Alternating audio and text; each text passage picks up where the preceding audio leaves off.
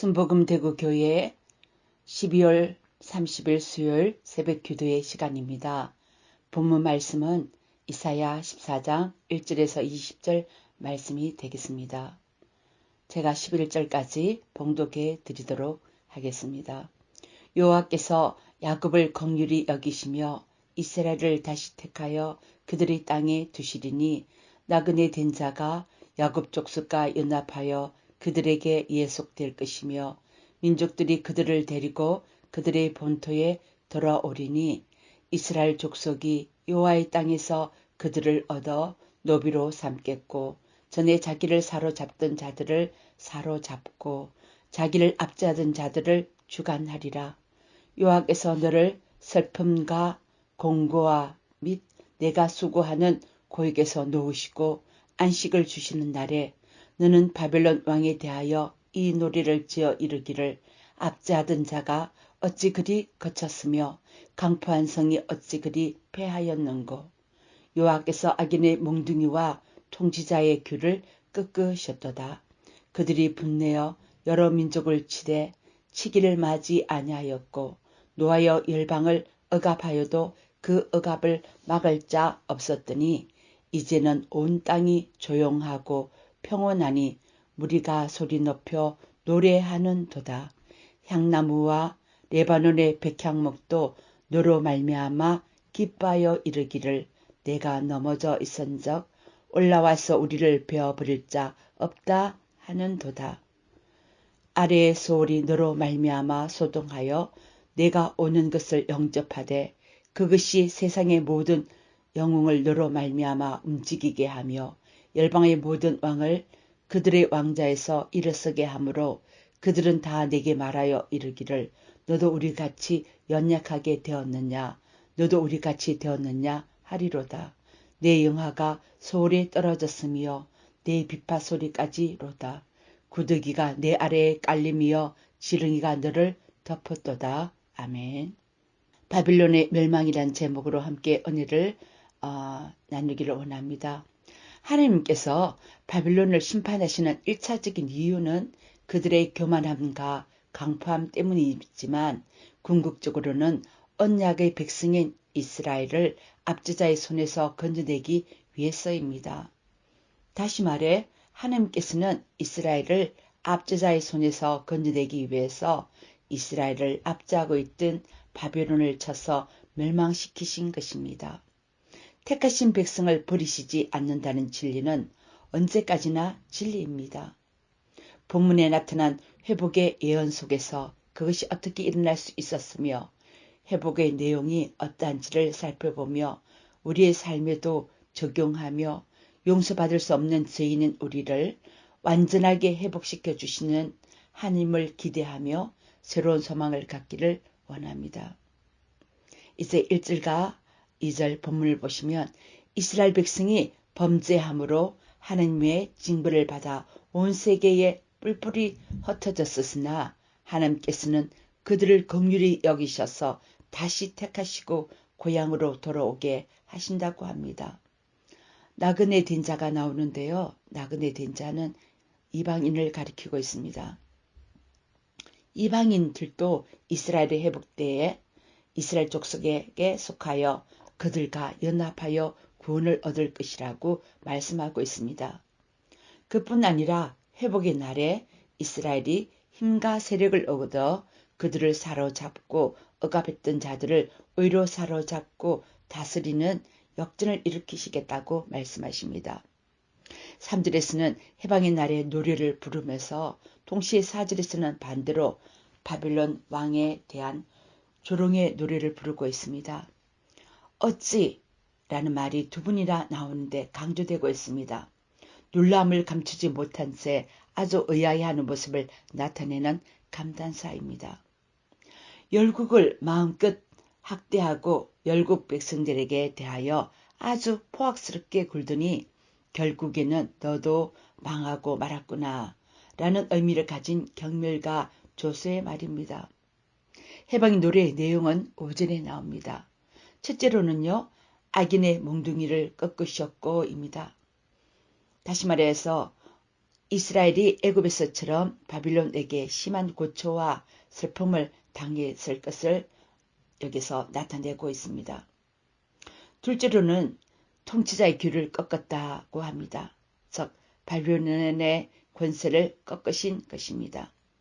바빌론의 강포는 6절과 7절에서 보면 하나님의 능력 앞에 무참히 꺾여 버렸습니다. 그래서 온 땅이 조용하고 평안해졌습니다. 그리하여 무리가 소리질러 노래한다고 말씀하고 있습니다.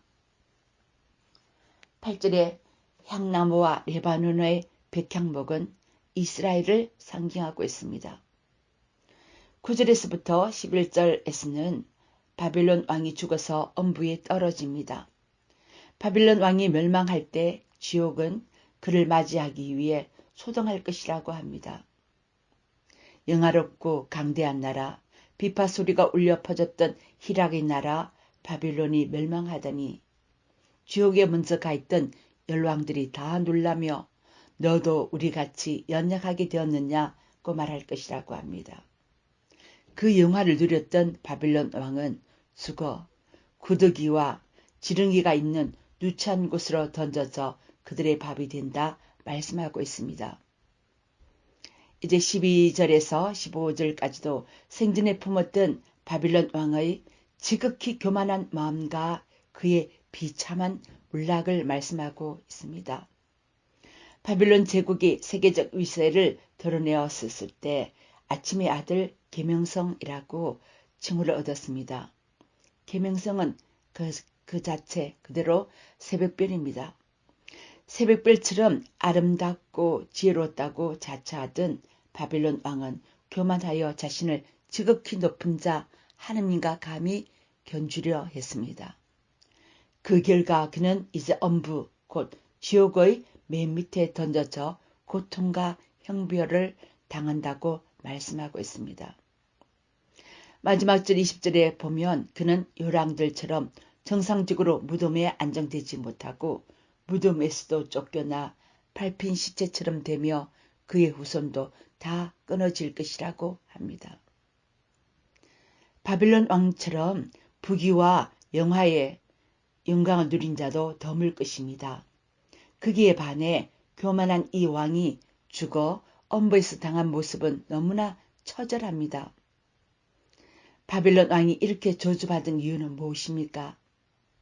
자기 땅을 세계 정복의 제물로 악용했기 때문입니다. 또한 자기 백성을 죽게 하였습니다. 결국 하나님을 분노케 함으로 자신에게 저주가 임하도록 했던 것입니다. 저주의 결과는 조금 전에 말씀드린 것처럼 본문 20절에 나옵니다. 다 함께 읽겠습니다. 내가 내 땅을 망하게 하였고 내 백성을 죽였으므로 그들과 함께 안장되지 못하나니 악을 행하는 자들의 후손은 영원히 이름이 불려지지 아니하리로다 할지니라. 아멘. 바빌론은 다시 일어나지 못합니다. 영영이 멸절되었습니다. 그것은 후손이 다시 일어나지 못했기 때문입니다. 말씀을 맺도록 하겠습니다. 행악자의 사후에 일어날 비극을 살펴보았습니다. 저 영광을 자랑하던 바빌론 왕은 무덤조차 없는 사냐의 유골이 되고 그 나라 그 백성은 이 땅에서 영원히 사라져 갔습니다. 하나님은 교만한 자를 이렇게 철저하게 파멸하십니다. 잠언 16장 18절에 보면 교만은 패망의 선봉이요 그 많은 마음은 넘어짐의 앞잡이니라. 아멘. 하나님 앞에 교만은 철저한 멸망을 초래하는 우매한 태도라는 사실입니다. 우리는 교만한 자를 낮추시는 하나님의 마음을 알아야 합니다. 또한 행악자의 최후는 자기 무덤조차 얻지 못하는 것입니다. 자신뿐만 아니라 나라도 민족도 패망하는 원인이 됩니다. 생사화복의 주관자가 하나님이심을 알아야 합니다. 저와 여러분들도 늘 깨어있어서 하나님을 경외하고 교만을 늘 경계하며 하나님의 기쁨이 되시길 주의 이름으로 부탁드립니다. 기도하시겠습니다. 우리의 산 소망이 되시고 역사를 주관하시는 전능하신 하나님 아버지, 말씀으로 우리를 바른 길로 이끄시고 악의 길로 가지 않도록 눈동자같이 지켜주심에 감사드립니다. 오늘 새벽에 주신 말씀처럼 하나님께서는 교만한 자를 싫어하시고 교만하면 철저하게 파멸하시는 분이심을 알고 우리가 하나님의 전신갑주를 입고 늘 껴 있어서 자만하지 않고 겸손하게 성령의 음성을 듣고 이끄심을 따라 살아갈 수 있게 도와주시옵소서. 감사하며 우리 주 예수 그리스도의 이름으로 기도합니다. 아멘. 이 시간 중보하며 기도하는 시간을 갖도록 하겠습니다. 먼저 교회를 위해서, 두 번째는 세우신 담임 목사님 위해서, 세 번째는 성도들 위해서, 네 번째는 나라와 민족 그리고 세계 선교를 위해서 기도해 주시기 바랍니다.